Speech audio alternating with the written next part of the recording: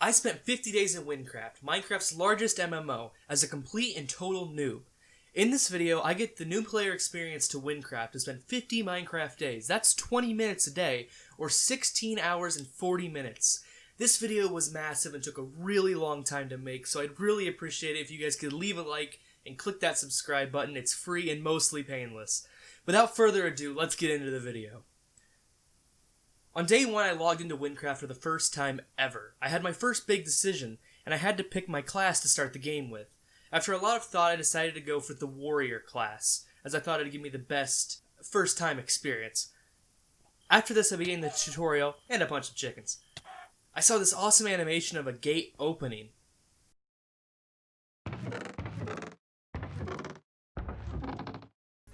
I entered a cave that had to do some parkour, but there's this strafing mechanic in Wynncraft that I didn't know about, so every time I would double tap W to sprint, I would leap.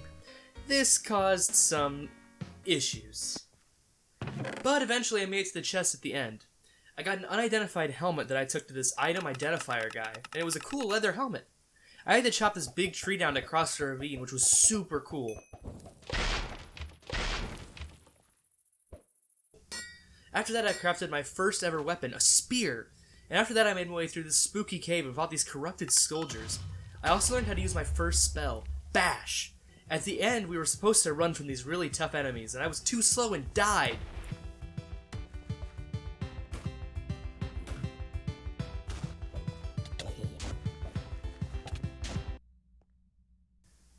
So it turns out the king is guarded by Mandalorians. I don't know how they got here from a galaxy far, far away, but I think the king is really safe. At the end of day 1, I finally entered the city of Ragni, and my adventure was truly about to begin. On day 2, I made my way outside the city and I fought some zombies, and then I died. Again. On day 3, I made my way into the Nilva Woods. It was absolutely infested with spiders. I got my first quest, but I died again, so I got myself more armor and headed back. I failed a few times to climb a tree. The spiders kept knocking me off. I found this big spider cave that was full of spiders and eggs. I slaughtered my way through and killed all of them, then opened a chest at the exit and completed my quest. On day 4, I picked up a quest to gather ingredients to make a cake from the cook, but I couldn't figure out where to get them, so I just moved on. I helped a farmer kill his zombified father so that he could use his field again by pouring poison into these sprinklers, and he blew up! After that, I decided to start mining. On day 5, I spent the whole day just mining. I wanted to get my skill up high enough to mine granite, which I did, but I couldn't craft with it until I could get birch wood. Awkward. On day 6, I started out the day by gathering wood so I could try and get a high enough level to gather the next tier of wood, birch. I used all the resources I gathered to craft the new spear, but it wasn't as good as the one I already had. So I spent the rest of the day checking out the pigman cave and fighting the monsters inside. Then at the end of the day, I explored this cool tower and I got to hear some really cool lore. On day 7, I made my way to Deathless, a massive city. There I identified my first legendary weapon, and look how good it was! After that, I started the mission to unlock fast travel between Ragni and Deathless. I had to clear this tunnel, but in the middle, this weird cow guy asked for my help to free some cows, and in exchange, he helped me clear the tunnel.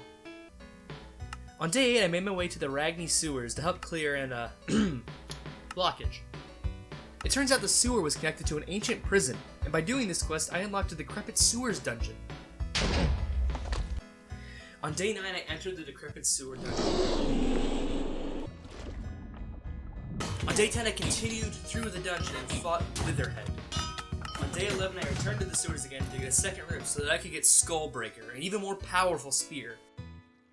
And after this, I went and did the underwater quest, where I got this cool underwater breathing helmet and rescued some treasure from submerged shipwrecks. On day 12, I did the Elements quest, and I learned about some elemental damage types. Day 13, I went into the forest and met a strange mushroom man and helped him gather mushrooms. Like, seriously, guy, this guy had a problem. On day 14, I made my way to the Pigman Ravine and found out there was a creeper infestation. I found a creeper skin and went to get the materials to craft a creeper mask, which I used to infiltrate the creeper den and gather proof they existed. On day 15, I went into the volcano to gather lava, to burn my way into the infested pit dungeon. After I entered the dungeon, I found out I wasn't strong enough and died, so I decided to move on to the next quest. On day 16, I spoke to a man named Asher, and he was mad at me because I was supposed to help him get a shovel apparently, and I promised him 2 weeks ago. I wasn't even on the server then. But I didn't want him to be mad because I can't have a guy like that with that many subscribers mad at me. I'd be cancelled. I spent all day looking and I got a little lost. Halfway into day 17, I finally found the shovel and I returned it to Asher and he disappeared. Then this strange old man showed up and told me that he was trapped in a time loop, and I had to rescue him from dying in the past. This was really cool and a fun quest that involved stopping every event that could kill him. On day 18 I traveled and I did a lot of housekeeping with my ender chest and sorting items, and on the second half of the day I met a man who asked me to help neutralize a poison made by his master. And then I had to fight his master after he drank it, and he glitched in the wall, which was kind of disappointing because the fight was really easy because of it, but I was still able to continue.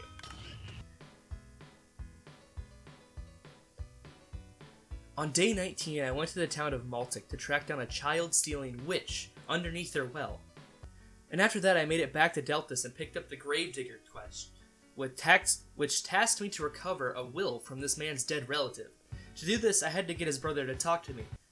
But I couldn't figure out how to do it, and I thought I needed to talk to this bartender who said I was too low level. On day 20, I made my way to the big bridge to complete a quest there and see what was going on. I needed to find some research, so I delved into a locked-away basement of an old church in Elkhorn. The journal I found pointed me to the Nether Portal, a super scary and spiky place on the map, so I went there. On day 21, I found the camp, and I got to see a flashback of the past where this powerful wizard got corrupted.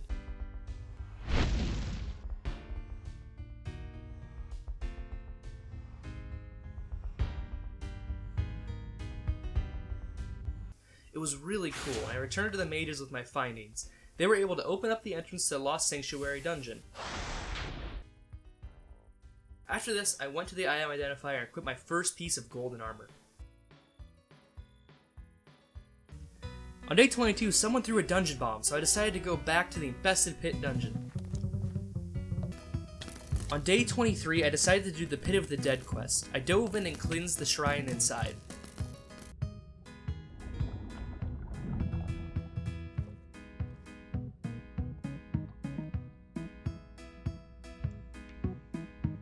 After that, I went and did the Dark Descent quest, where I traveled through the afterlife and met some kind of grim reaper, and I opened the Underworld Crypt dungeon. On day 24, I entered the Underworld Crypt dungeon, and I had a blast. This is a really cool dungeon, and the boss fight was super unique and cool, as you get to summon minions. It reminded me of the old Plants vs. Zombie 2-player game mode, where you would summon zombies or plants and fight your friend. On day 25, I finally figured out how to finish the Gravedigger quest. So I entered the church and I gave the priest some rotten flesh to cast a protection spell on me. And then I defeated the man's cursed brother. On day 26, I got a really cool new weapon named Sloth, like one of the 7 deadly sins, and I thought this was really cool. I decided to join a friendly pirate I met at a bar and go sailing with him. I thought that was a really good idea and trusted him fully. I was then kidnapped and forced to clean corpses from the ship. Then I had to fight a ton of rats. And then I had to fight a colossal rat. But it turns out my most powerful spell, Uppercut, glitched it through the ceiling, so I had to log out and try again the next day. On day 27, I tried to fight the rat again, but it was way too strong. I could not beat it. And then I remembered, this is an MMORPG. And what do you do in MMORPGs? You grind. On days 28 and 29, I called back to my days of World of Warcraft and I grinded hard, killing zombies in the graveyard for 2 days straight. On day 30, I went back and I took out the rat. But despite my grinding, I still barely survived. This was the hardest fight I had, and it was a rat! After that, I fired myself out of a cannon to escape the ship. I landed on a desert island and got rescued by the sea skipper. On day 31, I went out and took some rebel cows to get myself a horse. And holy cow, how did I even travel before this? On day 32, I went into ancient Nemrak and got a book for a man in the Lost Tower quest. Day 33, I traveled to the beautiful city of Almuj, and I took a quest to assassinate a traitor general. I snuck into the bandit camp and I took him down. Day 35, I got lost and I couldn't find the quest. On day 34, I began investigating a bank robbery in Almuj. Visiting the witness locations, I found out the bandits had robbed a powerful weapon and I went to take them out. On day 35, I got lost and I couldn't find the quest locations, so I spent the whole day just wandering around. On day 36, I met a man named Nick trying to help the poor, and I decided to help him provide food for the hungry people. Everywhere Nick sent me, there was no food to be found. We even visited Santa himself, But he couldn't help either. We went to this massive feast and convinced them to give us their food to donate to the poor. On day 37, I began a quest to find an ancient mummy and slay it to break a curse. To get in, I needed to find a piece of pink wool for the bandit guardian at the entrance, so I made my way to the bandit city. On day 38, someone threw a dungeon bomb, and I decided to head back to ancient Nemrak and get the cathedral. And I managed to die on my first attempt. Huge shout out to I Eat Mop for being a chill lad. On day 39, I ran the dungeon one more time to get what I needed, and then I got Cathedral, one of the coolest weapons I've seen yet. On day 40, I got the pink wool and entered the mummy's tomb. I found an even cooler weapon than the one I had just spent 3 days grinding for, so that was cool. On day 41, I killed the mummy, and I got the mummy's rag, a really cool chest piece. And then I made my way to the sand-swept tomb, and I found out I needed a scepter to get in. On day 42, to get the scepter, I had to join the bandits, and to do that, I had to rob the mayor of the Thieves' City. I stole a book and I eavesdropped on where the scepter was stashed, but it was a setup, though they were no match for me, and I took them out and I recovered the scepter. On day 43, I entered the sand-swept tomb dungeon and died. The boss was really hard, and I had so many phases, so I decided to go do the Win Excavations quest to get some XP before I tried again. I helped get a tablet and transcribed, and I decided to get the artifact myself, because the guy was rude. On day 44, I dived into the ruin and defeated the pharaoh and got a crystal. The excavation team was none too happy about it, and one threatened me. I also got a really powerful weapon, named after another one of the 7 deadly sins. Don't look that one up, kids. Ask your parents. After that, I went and fought this really cool firebird called a cockatrice. On day 45, I returned to the sand-swept tomb, and I just barely made it.